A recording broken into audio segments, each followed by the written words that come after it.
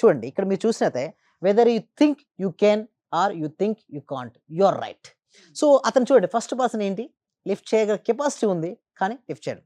Second person చూడండి ఈజీగా, అంటే తను అనుకుంటున్నాడు నేను లిఫ్ట్ చేయగలనా లేదా లేదా డౌట్, కానీ సెకండ్ పర్సన్ చూడండి నేను whether you think you can or you think you can't you are right.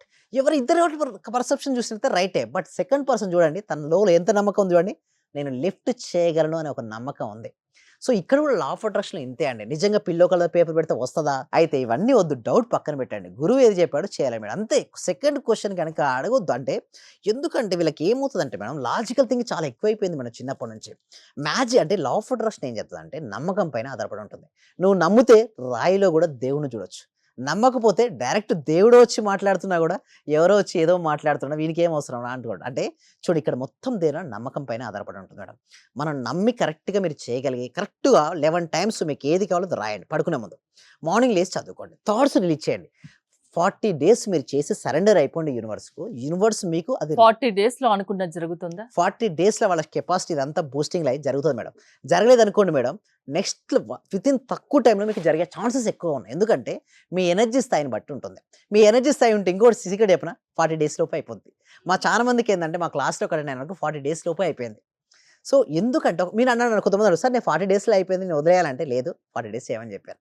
ఎందుకంటే జరిగింది కదా వదలదు, 40 డేస్ చేయమని చెప్పారు. So it's magic and miracle జరుగుతాయండి హరిత గారు. సో ఏ ప్రాబ్లమ్స్ ఉన్నా ఏ ఇష్యూ ఉన్నా సక్సెస్ వాళ్ళ సొంతం కావాలంటే result oriented law of attraction కి సాధ్యం అంటారు. ఇప్పుడు new batch Monday 14th start అవబోతుంది కదా, ఏంటండి ప్రాసెస్ ఏంటి అసలు?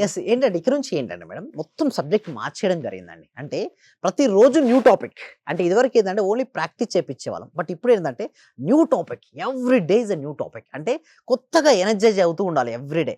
సో అట్లాగా మండే రోజు నుంచి మనకు స్టార్ట్ అవుతున్నాయి. 6 డేస్ ఉంటాయండి. వాటి కోసం మీరు ఎన్రోల్ చేసి చాలా తక్కువ ఫీ మేడం, ఆల్మోస్ట్ ఒక 2000 రూపాయలు వచ్చేస్తుంది మేడం. ఓకే, సో వాళ్ళకి ఎందుకు ఇంత తక్కువ ఫీల్ అంటే ప్రతి ఒక్కరికి రీచ్ అవ్వాలి మేడం సబ్జెక్ట్, ప్రతి వ్యక్తికి ప్రతి ఇంటికి రీచ్ అవ్వాలి. వారి జీవితంలో ఏది కావాలనుకున్నా దాన్ని పొందొచ్చండి. ఆ డిస్ప్లే అవుతున్న నెంబర్ కాల్ చేసి కనుక మీరు ఎన్రోల్ చేసుకోవచ్చండి. Will meet on our class. 14th Monday new batches result oriented law of attraction start అవబోతున్నాయి. మీకు ఇంట్రెస్ట్ ఉండి మీరు జాయిన్ అవ్వాలనుకుంటే స్క్రీన్ పై స్క్రోల్ అవుతున్న నెంబర్స్కి కాల్ చేస్తే కాంటాక్ట్ అవ్వండి.